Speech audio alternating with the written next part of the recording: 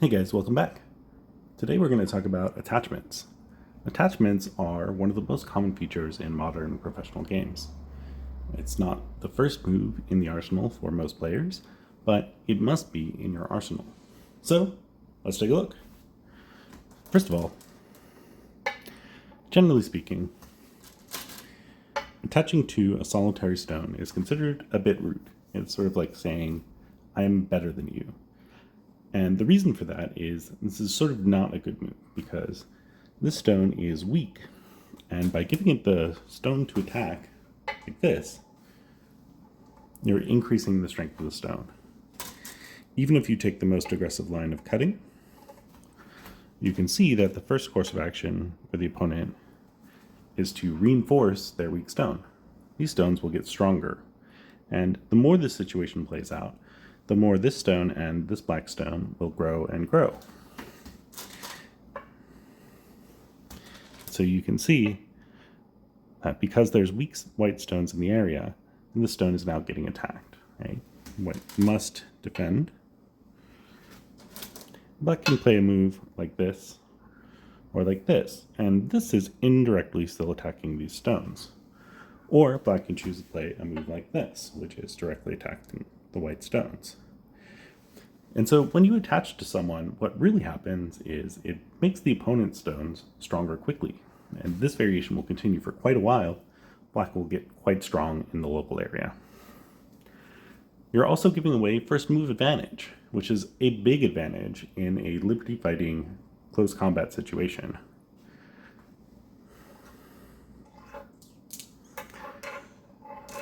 So if attaching is bad in this way, when should we attach? Well, I'll show a few common examples, and they all have one singular theme.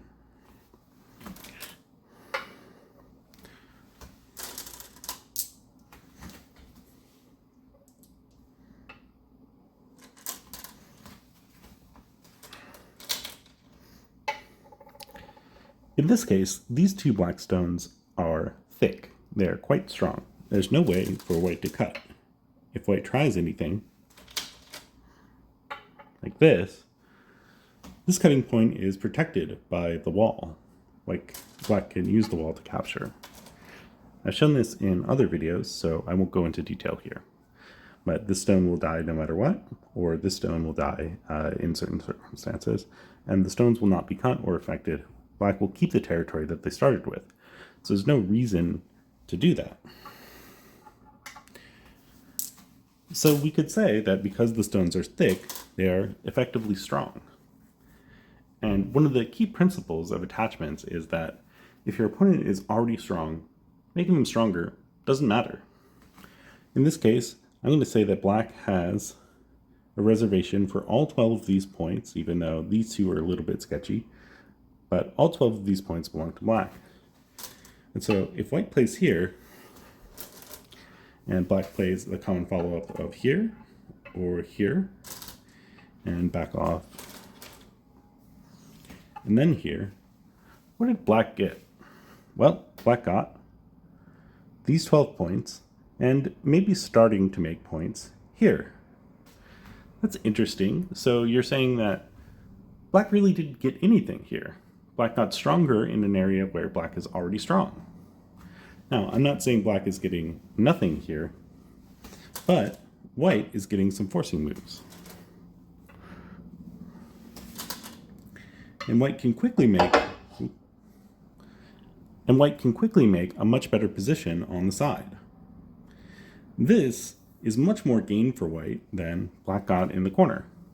Black's compensation is more thickness here, which black didn't really want, and sente. And so this variation is essentially fair. There's no problem for either side, and this attachment was a good move. Okay, let's look at some other ideas.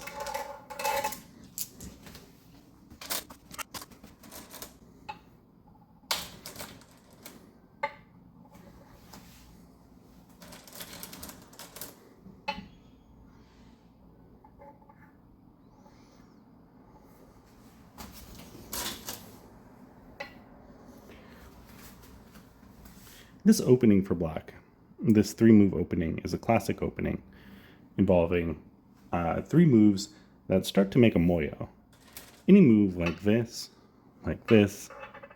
or even in the center, threatens to build some sort of framework here that can result in big territory.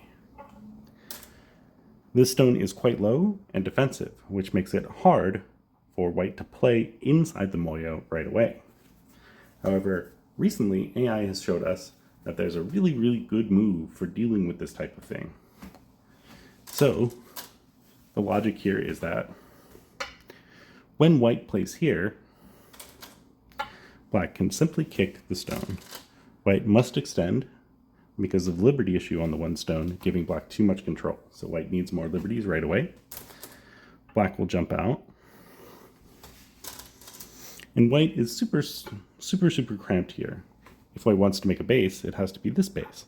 Or if white wants to jump out, a simple one-space jump offers black the chance to take more clean territory and doesn't really affect this stone combat too much.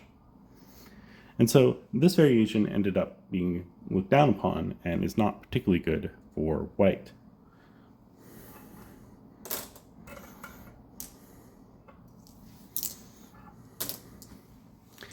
And so in order to get into this area, the computer started recommending this attachment. And the reason is because this move is very forceful. It's taking a liberty from the black stone. So if white gets one more move in a row, white will have a lot of control over the local area. And so attachments are recommended by the computer to get into areas that you don't have otherwise good access to. And we used to use this in classical Go as well. This is not a new phenomenon. And so a lot of teachers will say, hey, don't rely on the attach so much. This needs to be a tool in your arsenal. And I'll show a quick variation here. Hane with the opponent's Hane, and this is a technique to build strength. If the opponent cuts, it's actually quite dangerous for them. This cutting point is often too much. And so no matter what black does, play here, here, here, or even potentially here, it's likely that white will be able to catch this stone in the ladder. And so black doesn't necessarily want to do this cut right away. If your reading can get this far, then congratulations, you probably don't need this video. However, just knowing the first move in the sequence is attach, and then the second move is to follow your opponent's Hane with a blocking Hane, is usually good enough, because black will often fix your shape for you. And now you just have to follow the forcing moves. Black can connect here or here. And then this stone is weak if here, so you can push out. And then in this case, this stone is weak and can be captured.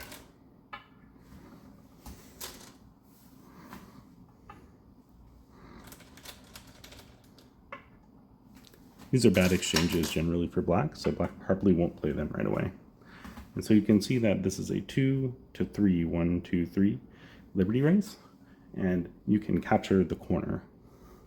And so no matter what black does, you're going to have a good enough follow-up to get into this moyo and break it up. The reason this attach is good and other attachments often aren't is because this area is very important, and it's also hard to get into the area with another move. And so white can suffer a bit of loss in the fighting in order to break the area.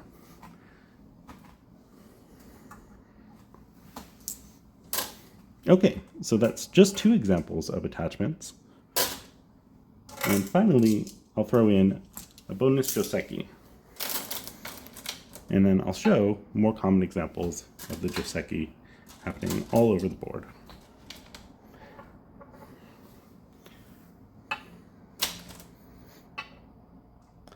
And so this pressing attachment is just a 1-space jump from a friendly stone. This reinforcement really affects the variations when white wants to Hane inside, because you can see that this stone is taking 1 liberty off of this stone. And so black can easily get an Atari. This move for white is a bad exchange, and white won't play it.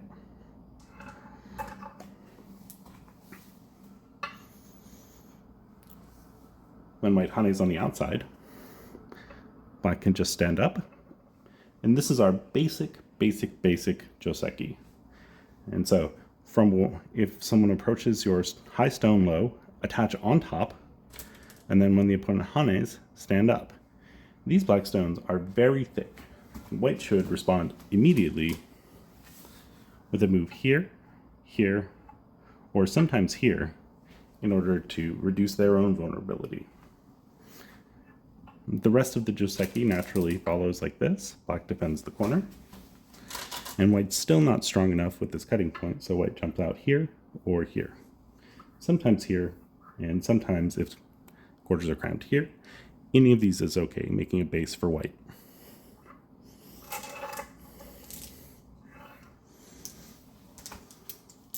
So one more time. Someone approaches low. Black attaches on top, relying on the local power advantage. Hane, and just extend. This move is pretty sketchy because of this Atari here coming back to life. Now black can't use their local advantage anymore. This one gives away an Atari. And this one is also possible, but this one accomplishes the same effect. White can't cut through or really bother this spot, and it's a little bit taller.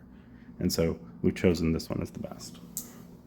Now, I'm going to say this comes up all the time, so I'll go ahead and put our joseki back. Black has a few options here, but what I'm going to do is I'm going to go ahead and go here. Or I'm sorry, I'm going to go here. And now, I'm going to have white play a reducing move here. And I'll have black play somewhere else, which would be totally fine in this situation. The top is quite big. Although there are some weak stones here, it's possible to tsunuki. And in this case, we know that the low approach to the high stone can be attached to on top. And again, this is just a quick way of gaining power. Black should defend their territory area, and white extend. Because black is pretty strong here, black may not need to defend their cutting point, but most likely black will play here again, and it's the same joseki here as here. And so if your stone is weak in a local area and you have a lower stone, attach on top of it to gain power quickly. There's still cutting points and a lot of fighting to do here, so this variation will continue for a couple more moves until the stones can get settled, but you'll see it a lot in all sorts of different games. Okay, so that's a very brief overview of attachments. Next time we might talk about cutting and tsuji attachments. Those are different types of attachments with completely different purposes. I'll see you then, and thanks for watching.